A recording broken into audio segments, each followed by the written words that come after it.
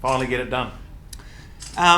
Yeah, I guess it's good to kind of have it done and can really now knuckle down into the footy type of stuff. But as I said last week, it wasn't something that was really weighing heavily on my mind. It was just something that needed to be done and would be done in the right time, and that time has come. You spoke about the pull of home and family back there.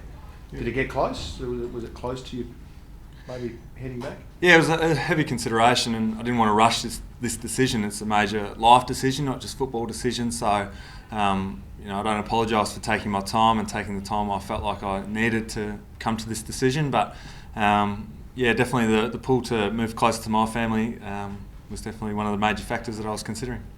There were reports around that you balked at a 3-year offer. This is obviously a 3-year deal, so... So those reports mean nothing? Yeah, good. Were you wanting more, or was that not the issue, the longer term? Or No, not really. I'm pretty comfortable with the 3 years as it stands. As I said, I think it was just about...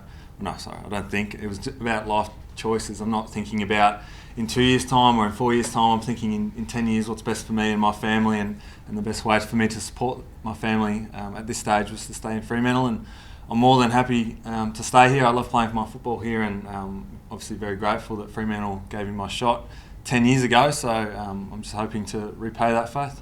So does this mean you've accepted that you're a West Australian now?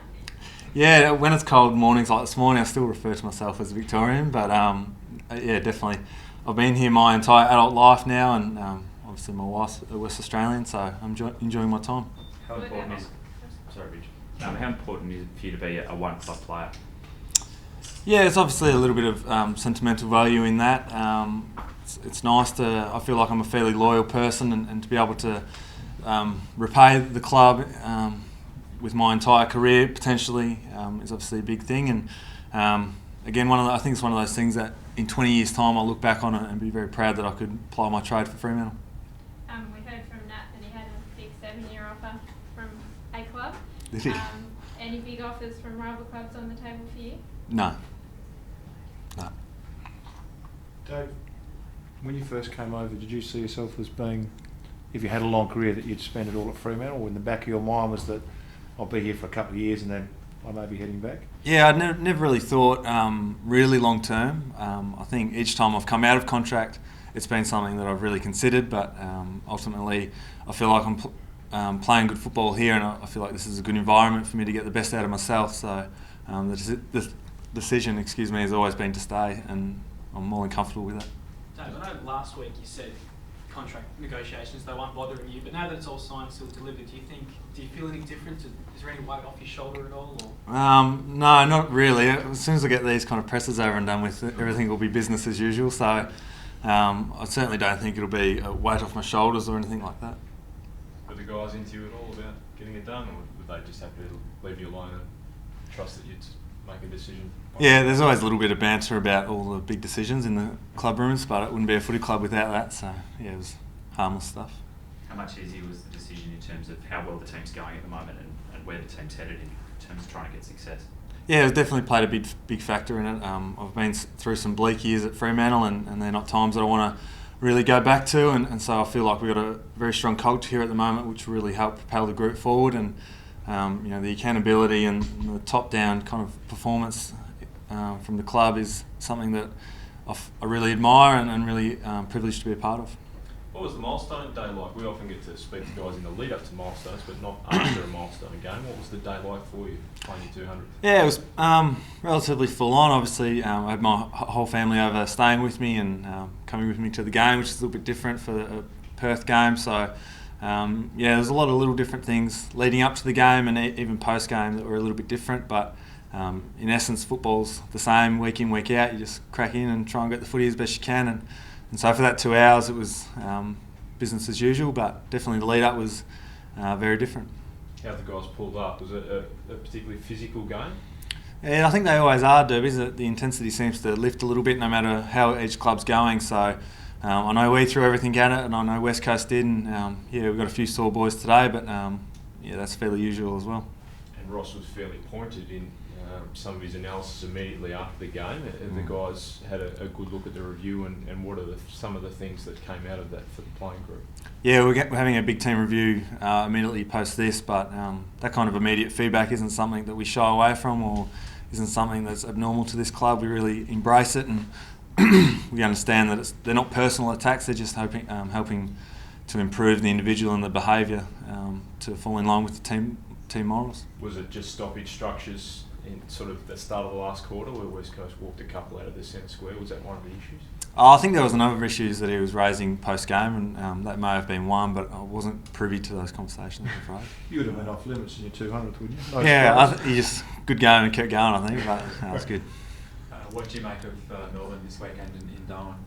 Yeah, I think it's going to be a tough challenge. I think we don't have to look too far in the AFL competition at the moment to see that there's not much difference really between the top and the bottom sides. With North Melbourne Brisbane game from the weekend rings true to that. I think if we go up there with a relaxed mindset or a relaxed attitude, we'll get done. So we're definitely not taking our foot off the pedal for the rest of the year, and we'll review last game and prep for this next game like we would any other game, and really give it a good shot. Have you been up there before or played a game up there? It seems pretty humid. Yeah, I think I've played Richmond up there in a pre-season game many years ago, but I think the forecast is fairly clear and not very humid or anything like that. So we'll get up there and try and adjust to the conditions as best we can. Excuse me. And we'll go have a quick look at the ground, I think, even, and as I said earlier, that 2 hours once you start playing is just football, so you just crack in as best you can. How's the body, though, this time of the year? Yeah, it's good. I feel pretty good. The club's great at managing guys who have little niggles or need a bit of a rest, and everything's highly monitored, and GPS and all that kind of stuff is much more advanced than when I started. So the club's better able to manage guys through the year better, and I know I personally feel like I'm going alright at the moment, and body feels fresh and up and about. So. Have you seen Matthew's tablets today? He wasn't out there this morning, I noticed. But Yeah, I think Matthew's got the sniffles from his big snoz, so it takes a little bit of time to get over, more so than others. It's Hayden Ballantyne's 100th this week. Can you tell us what he means to the playing group and the club as a whole? Yeah, sorry. Hayden's energy and what he brings to our team is very obvious on field, but what most people don't see or might not realise is that he's like that behind in the gym and everything as well.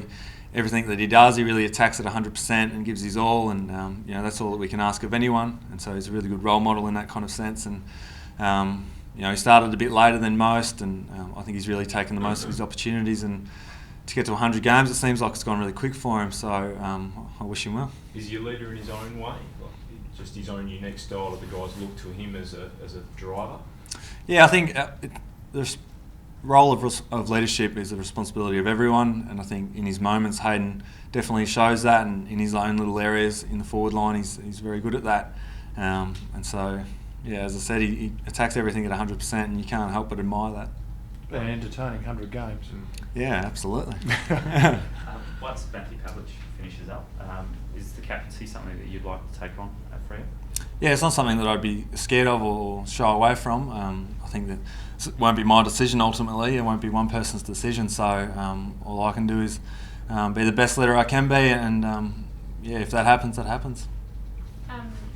Top 2 finish looks like it's a possibility now with a few teams perhaps losing games. Is that would obviously be great for the club in terms of having that home first final? It would be terrific, yeah. If we could take it now, I definitely would, but we know that football is a fickle beast and things can change very quickly, so our focus is completely on Melbourne this week, and once we jump that hurdle, it'll be GWS next week, so I don't think we can think too far ahead and get lured into possibility. And Luke McFarlane was moving quite well out there today. Do you expect him to play this weekend? I'm not too sure, to be honest. I think he's got to get through training and jump a few hurdles and do all his fitness tests and stuff, but it's good that he's back up with the boys and back into the footy drills. It's really good to have him.